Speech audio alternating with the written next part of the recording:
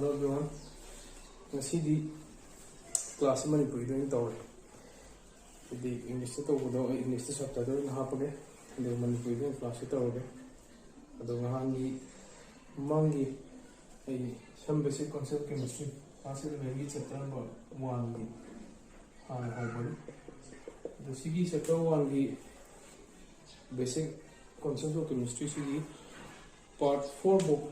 I have videos in third. Part 4 is going to be more concept calculations. More concept calculations. And the more concept part 3 the more concept. My basic adjustment.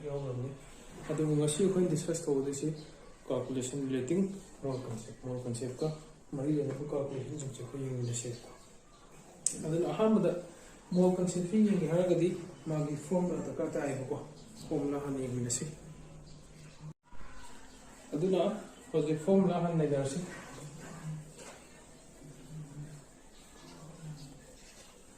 Okay, Aduna more concept formula. Take a lady have it and mass in grams. More low moles. Number of molecules won't be reversible nothing. Okay. High mass quantity not any portion of the mass of pyramid mass of the gram the pyramid mass more don't be more the pyramid number of molecules won't be number of molecules more won't be interconversion nothing. High report say mass and more on the model mass or model mass. We come in where the mass come in model mass and I put a program more the number of molecules we have ready. I will calculate constant. I go the weather's constantly high 6.022 into 10 to the power 23 the weather's constantly. Mass is more to the mass more on the Hargadi, mass of the molar mass and divide of divided to Boga more than one. More say molecular combined one gani multiply with Avogadro's number. Avogadro's constants number of molecules in more on the Hargadi, Masai, more nama on the matam into the opposite divide of high moles no mass and divide into my to mass more on be more number of molecules on be. Mole height what's it? Mole say volume on be. Volume on be 100%. She only had a more than 22.4 liter high. The high of Portugal, she's among the video the other she 22.4 share molar volume high. And from more longy post with the volume higher. She molar volume near the more say volume to only Haragadi into Tobiro, Mahal or Kahagana, divide on see first part of calculation. She formula say she's in the conversion say and she discussed over the consider.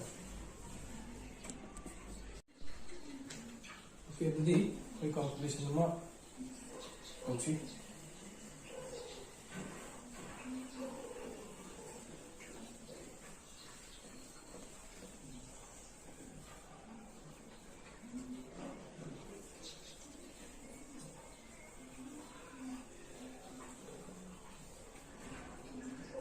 Aduna hamba calculation logsi. Okay, calculation ni kadu ham tam do jo koi sigi board se do calculation di question je. Calculation ki question je kai haide sing mathak lai to. Kai hai calculate the number of moles of phosphorus in 92.9 gram of phosphorus assuming that molecular formula of phosphorus is P4. Also calculate the number of atoms and molecules in phosphorus in the sample. Have the question je ne pi se kadu phosphorus की P4 है basically number of moles से पुथु हुआ है और P4 की mass P mass से क्या P माना 92.9 ग्राम P मास है को mass 92.9 gram pire aduga amuk su kai haba si puthokadani ko aduga hojik su amuk number of atom puthokadani aduga number of molecule su puthokadani okay puthokadani all number of atom number of molecule so pire se p4 pire 92.9 pire aduga yes question je pire se atom mass of phosphorus pire me phosphorus mass है 31 ne तो अदुना कोई पोषक खरा से ले से कितन अजना कोई थोक्सी जो पतला कोई थोकले नहीं है सब पतले इसी को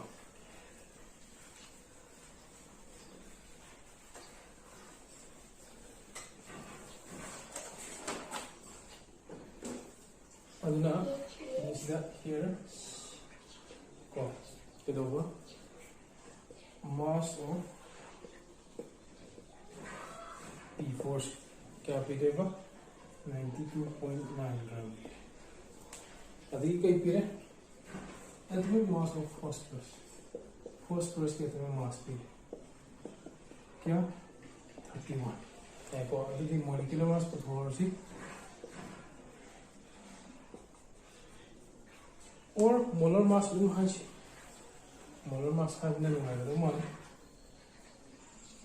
मोलर मास है क्या of P4 क्या था 4 into 31 124 ग्राम था देखो यार ब्रा इसी चीज़ को तो जी तो इसी की मतलब दा मान है तो हम तो क्या है मोल को तो है मोल को तो क्या है कि है वो मास का मान मोलर मास का डिवाइड करते हैं लोग देखो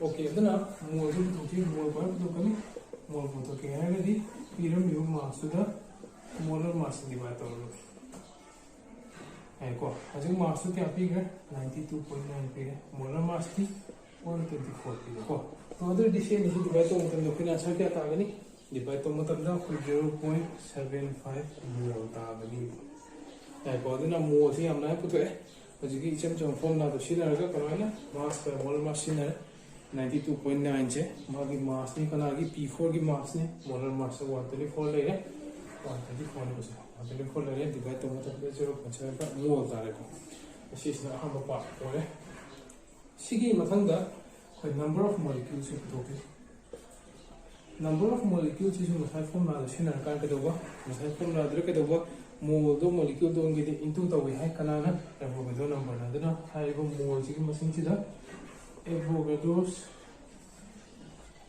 number ना multiply तो अवगुड क्या था नहीं मोल की मशीन की 0.75 में Avogadro's number की 6.022 into 10 to the power 22 ले तो हाई वो पोचे इतु तो ना को तंदा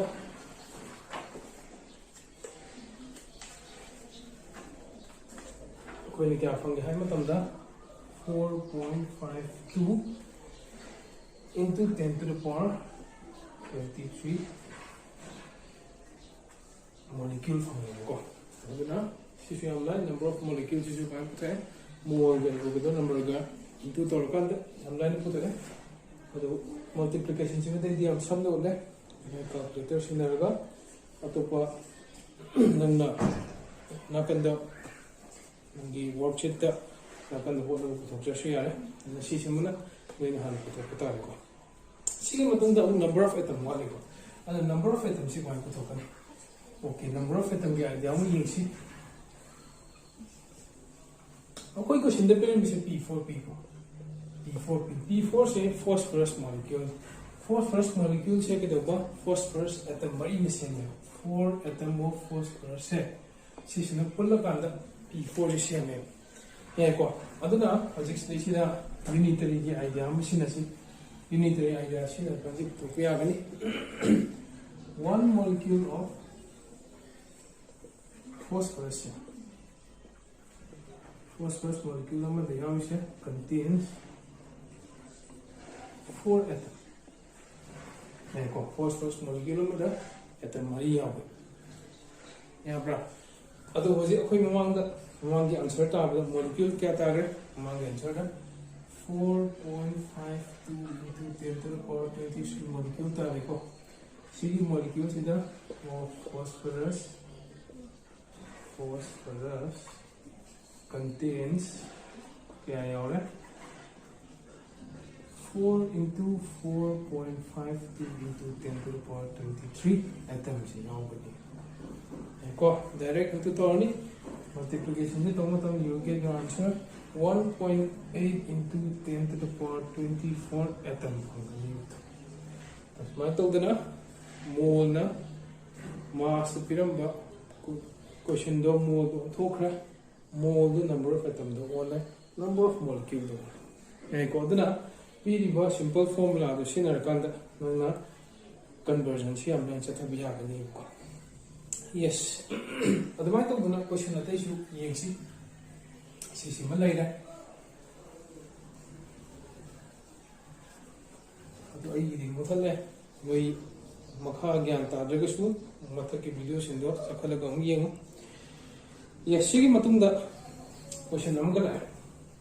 Okay, next question say calculate the number of molecules in each of the following. Molecule की machine, mole की machine को तो calculate the number of mole in each of the following. हमारे question ये तो पीरे question से अनी A दना कई पीवा 392 gram of sulfuric acid पीरे अतुका B दना A द पीरे से ये भी हम ये से 392 gram of sulfuric acid पीरे C pire C mole put away. Yes, I'm like number of moles of mine put okay going to have the Maggie mass ko Maggie mass Kiaba Maggie mass 392 by molar mass. Molar mass put okay. I'm like basically hydrogen get 2 into 1, sulfur get 32, oxygen get 16 into 4. I put only when you calculate this you will get 98 company you go 98 H2 for the molar mass. Divide the you get the answer 4 mole. I want to be online. Mass the P opposite mole will be online. Yes, I can send the one. Next number B, the P is in the KP. B is the P is in the KP. Question 3 6.022 into 10 to the power 22 molecule of Kana. 10 to the power 22 molecule of oxygen O2. Okay. Other than the same molecule pyramid. Molecule pyramid mole putokade. Upon a side, mole say molecule only hierarchy divide multiplication to we high multiplication to one molecular mode only hierarchy will be divide. So molecular mode will have been divide on can divide to one ever get the number divide all and therefore number of mole put okay hierarchy high machine say this is the number divide to cell. Other she cut number to the Kailani, she 1 by 10. At the 22 or 20 corner in the Mahal level, other than 0.1 more time. My tongue, when any sugar calculations, you know. Okay, Matangi question is the volume calculators. Question to the PCA, question the patient calculate the volume at STP occupied by number A, the KP. Number A, the one PCA 14 gram of nitrogen P. 14 gram of nitrogen. Nitrogen say from A to me. Now, nitrogen 14 gram the volume can be out. Adum Shuka STP. STP say will come STP have the standard temperature and pressure. And standard temperature pressure is the question. The STP standard temperature and standard pressure is the class 11 stage of method is the STP standard temperature pressure is pressure 1 bar. The temperature is 273 Kelvin. STP.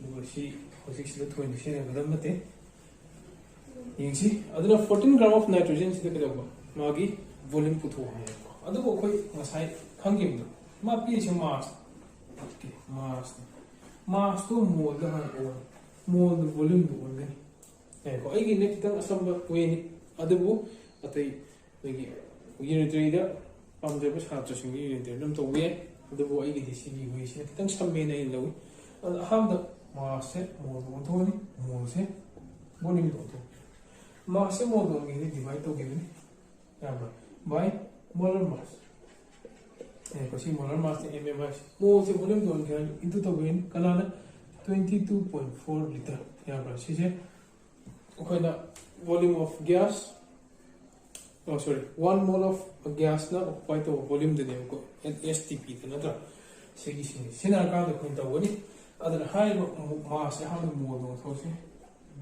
so se mass ya samna to si kedoba magi mass divided by molar mass of nitrogen okay nitrogen की मास क्या ना 14 ना था nitrogen की मास 14 ने 14 into 2 भी क्या आता है you get 20 मान लो अनसी डिवाइड होना मतलब में you get 1/2 मोल है बदी 0.5 मोल होंगे यार बा अदर nitrogen की मोल से पुतो ये मोल से सीना रख के तब देखो वॉल्यूम पुतो से को वॉल्यूम तो से देखो मोल into this मोल है बदी 1/2 into 22.4 क्या आता है surely अपना मतलब 11.2 लीटर आता है ओके को अनसी से मोल की सॉरी ngасai की मोल मास पी दो मोल ने वॉल्यूम ने अहम से दो कोई ओल है बको ओके अदुदी क्वेश्चन अरोय बेसे का दबा बजकी ममांग की क्वेश्चन दगी नंबर बी से को क्वेश्चन नंबर 3 की नंबर बी है त number b is the kai p mana number b is the p is 10 to the power 21 molecule of kana 10 to the power 20 molecule of oxygen kai ko ya ma oxygen ki 10 to the power 21 molecule da volume kya hai oxygen ko adana mai volume ko thoksi molecule p gadi molecule se hamada mol do bi mol the volume do कोई हम live हुईं molecule mol तो फिर mol the volume do भी mol the volume do अनबा यहाँ into दिखाएंगे कला ना 22.4 लीटर तो भी नहीं molecule the mol do क्या है कभी ऐसा mol the molecule तो कौन कीमत तब into तो कीमत निको कला ना Avogadro number molecule mol do क्या है कभी divide तो भी रो y कला एवोगेड्रो नंबर यहाँ पर एवोगेड्रो मशीन के ना कभी वो divide तो शुरू में रो तो ना हम mol से कुछ होती Kanagi mo 10 to the power 21 की मोल को के highly divided by 6.022 into 10 to the power 23 ऐको अन्य से डिवाइड तो ना मतलब दा लोकल निके ये कैंसिल से पे आए ऐको कैंसिल से ना कर कैसे बनी you will get 1 by 6.022 into 10 to the power 22 होंगे को ऐसे हम थमगे कैलकुलेशन में खाता तो रोय हैवी मोल से सीने लोगे दुगा डायरेक्ट वॉल्यूम पुथो से ब्रो वॉल्यूम से बाहर पुथो ने 1 by 6.022 into 10 to the power 21 into this 22.4 so when you solve this is you solve to matam da you will get your answer 3.71 into 10 to the power minus 2 liters on pump again C question फंगनी C value से फंगनी तो सी value से तो कोई ml को तो के हायर ना हम समना 37.1 ये को 37.1 ml तारे अदना स्माइल तो दना इन ngasi की वीडियो से दे गुड क्रिम तो मोल कैलकुलेशन का बाय लेना बा क्वेश्चन को हम ले दो नंबर ऑफ मॉलिक्यूल हाबिदी मोल सिना कमाइना मास सेपरेट पोसे मोल कमाइ ऑन गनी मोल दो मॉलिक्यूल द कमाइन ऑन गनी पिरिमिबो मॉलिक्यूल और मोल से वॉल्यूम द कमाइन ऑन गनी हाइबगी आई पिरिम फॉर्मूला दो सेम फॉर्मूला दो सिनर का नंबर सेम बनी सिसिना ngasi की वीडियो की रोइबो रगे दुगा नेक्स्ट क्लास ता नेक्स्ट वीडियो दा अइना थागला को दोइसे कैलकुलेशन रिलेटिंग टू मोलारिटी